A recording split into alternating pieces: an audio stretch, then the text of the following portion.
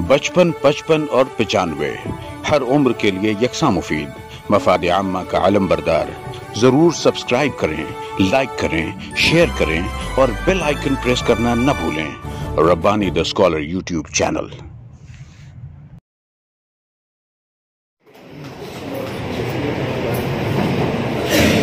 बहुत ही खूबसूरत अंदाज में मोहम्मद रफीक ने अपनी बातें यहाँ पर पेश की। शायद कहता है कि सुलगती रेत पे तलवे लहू लहू करना, सुलगती रेत पे तलवे लहू लहू करना, फिर उसके बाद गुलाबों की आरज़ू करना। ये मंजिला नहीं, मरहम है दिल के जख्मों का, तमाम रात सितारों से गुफ्तगू करना। ये जो किताब मंजर यहाँ पर आई है, यकीनन ये कई रातों में अपनी पूरी नींद को कुर्बान करके आज ये मंजर यहाँ पर आई है। बड़ी मुश्किलात और बड़ी तकलीफों के बाद ये किताब जो है वो आप लोगों के सामने मंजर यहाँ पर आइए। इसी मौके पर मैं चाहूंगा कि साहिब किताब के तासुरात को हम जाने, उनके मैसेज को हम समझें और उन्होंने किताब में क्या ऐसा लिखा है और किस तरह से ये किताब वजूद में आई। मैं अल्लामा जलालुद्दीन कादरी साहब से इल्तिमास गुजार हूं कि माइक पे तशरीफ लाएं और अपने खिताब नायाब से महसूस फरमाएं। अस्सलामु अलैकुम व रहमतुल्लाहि व बरकातहू। जनाब पंडित परशुराम साहब लिंगे, मुहतरमा लता साहब, दीगर समय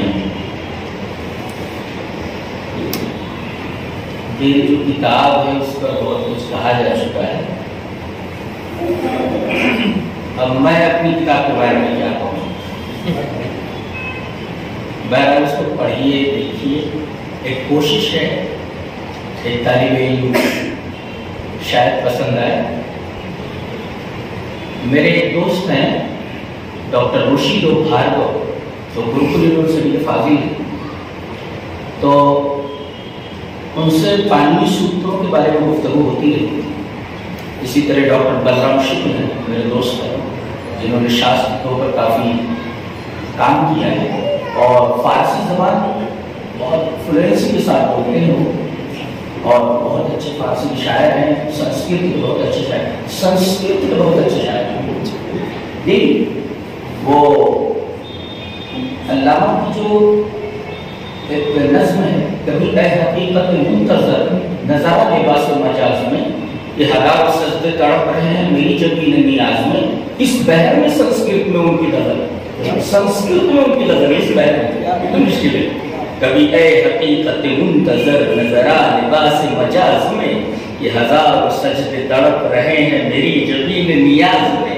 तो इस बहर में फारसी गज़ल उन्होंने सुनाई मुझे। तो मैंने अपना इंटरेस्ट और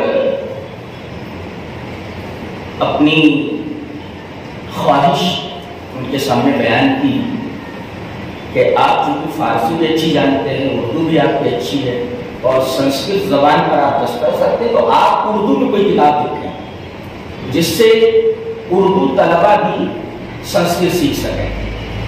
तो उन्होंने कहा कोशिश करेंगे। फिर मेरे जहन में बात आई कि चलो कलम उठाते हैं, देखिए हो सकता है मुझसे जरिए काम हो जाए। मेरा ये काम तकरीबन 5 साल अरसे पर मुहित है। सबसे बड़ा मसला ये था कि टाइप करने वाले अगर उर्दू टाइप कर रहा है तो उसे संस्कृत टाइप करनी है, और संस्कृत टाइप करने वाला उर्दू टाइप नहीं करता। सबसे बड़ा मुश्किल मसला है।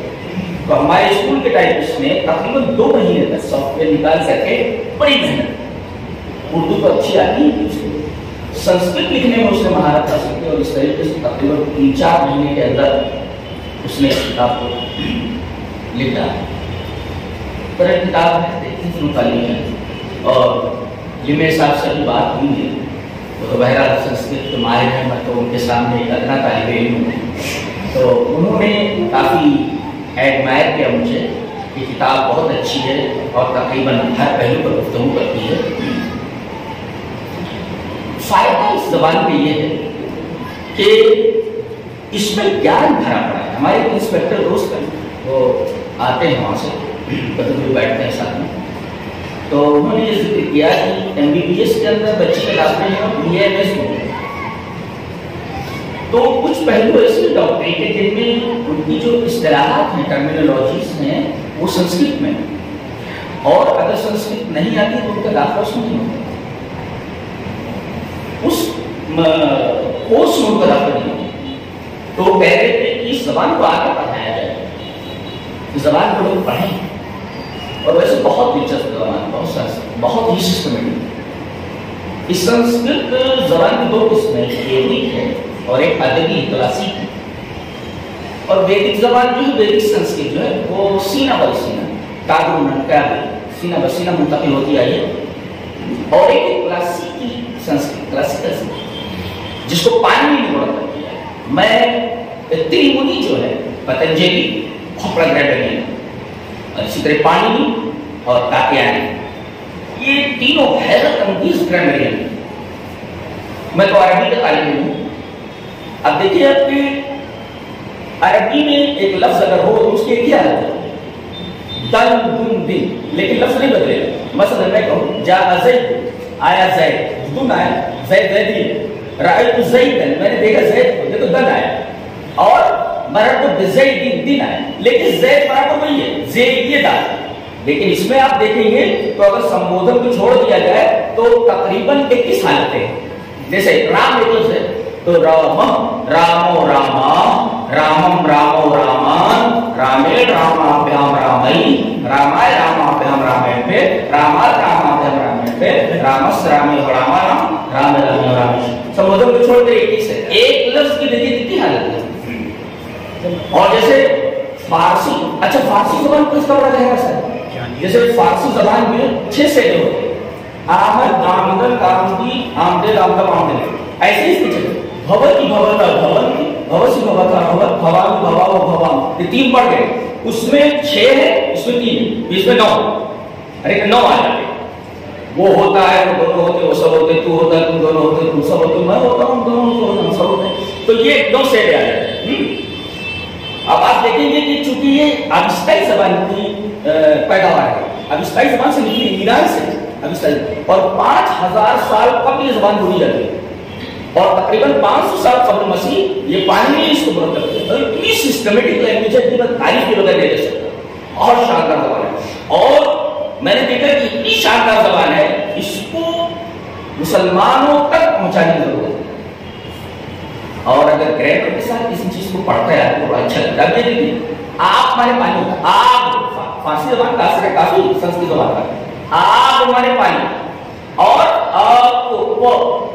आप माने पानी, तो मशहूर है तो रूह के बारे में, आत्मा के बारे में बात हो रही है। नैनम छिन्दन्ति शस्त्राणि, नैनम दहति पावकः, न चैनं क्लेदयन्त्यापः, न शोषयति मारुतः। आप देखें कि नैनम असल में नैनम है, न इसको, वो मफूल है, वो ऑब्जेक्टिव केस होता है, न इसको छिन्दन्ति, काट, तो धातु रूप से छिन्न, काट, छिन्दन्ति, वो काटते, शस्त्राणि की जमा है, बहुवचन है, इसमें छिन्दन किया है। शस्त्रम शस्त्रे शस्त्राणि, जबान नैनम छिन्दन्ति शस्त्राणि, नैनं दहति पावकः, न चैनं क्लेदयन्त्यापः, न शोषयति मारुतः।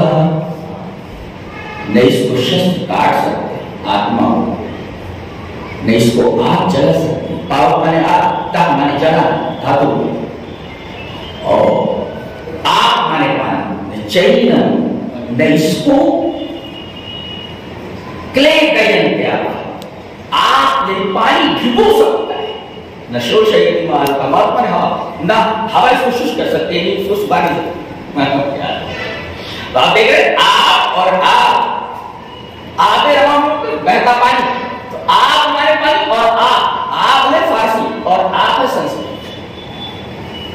तो ये अविस्ताई जबान की पैदावार है, और 5000 साल तक बोली जाती है।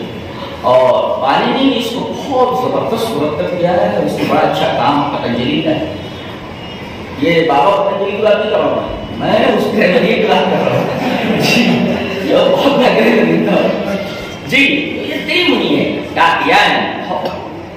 और अजीब बात यह है कि मैंने अपनी किताब के आखिर में तकरीबन जिन किताबों का मुताला किया है, तकरीबन 200-250 किताबों का मुताला किया है, 200-250 ग्रंथों की किताबें आखिर में लिखी हुई, कहाँ से छपी है वो भी लिख दिया। राइटर कौन है, किताब का नाम क्या है, सब लिखा हो। ये अजीब तो बात है जिसका है कि अब ऐसा लिखते हैं जैसे पानी रोरी, रोरी मतलब अब उसकी व्याख्या करें क्या, रेफस रेफे परे लोपम। रेफ के आगे अगर रेफ है तो पहले रेफ पर लोप हो जाता है, ऐसा यानी 2 रेफ आ जाए तो पहले र का लोप हो जाता है। अब देखो रोरी हो गया, उसकी व्याख्या करता है रेफस। बहरहाल एक बहुत शानदार जुबान है, पढ़ने जैसी है और कोशिश एक है, छोटी सी कोशिश, देखिए उसको पढ़िए और किताब के बारे में मैं और ज्यादा क्या बोल सकता हूँ। बचपन, 55 और 95 हर उम्र के लिए यकसा मुफीद। मफाद आम्मा का आलम बरदार। जरूर सब्सक्राइब करें, लाइक करें, शेयर करें और बेल आइकन प्रेस करना न भूलें। Rabbani the scholar YouTube channel. Rabbani the scholar YouTube channel इल्मी, अदबी, दीनी, मिल्ली, समाजी, सकाफती, तहजीबी, फलाही, तिब्बी, फ़न्नी, माशी, तिजारती, माशरती, इंतज़ामी, इनकलाबी, तहरीकी, तहकीकी, तकनीकी, तफ्तीशी, तामीरी, तालीमी व मालूमाती यूट्यूब चैनल। ज़रूर सब्सक्राइब करें, लाइक करें, शेयर करें और बेल आइकन प्रेस करें। Rabbani the scholar YouTube channel.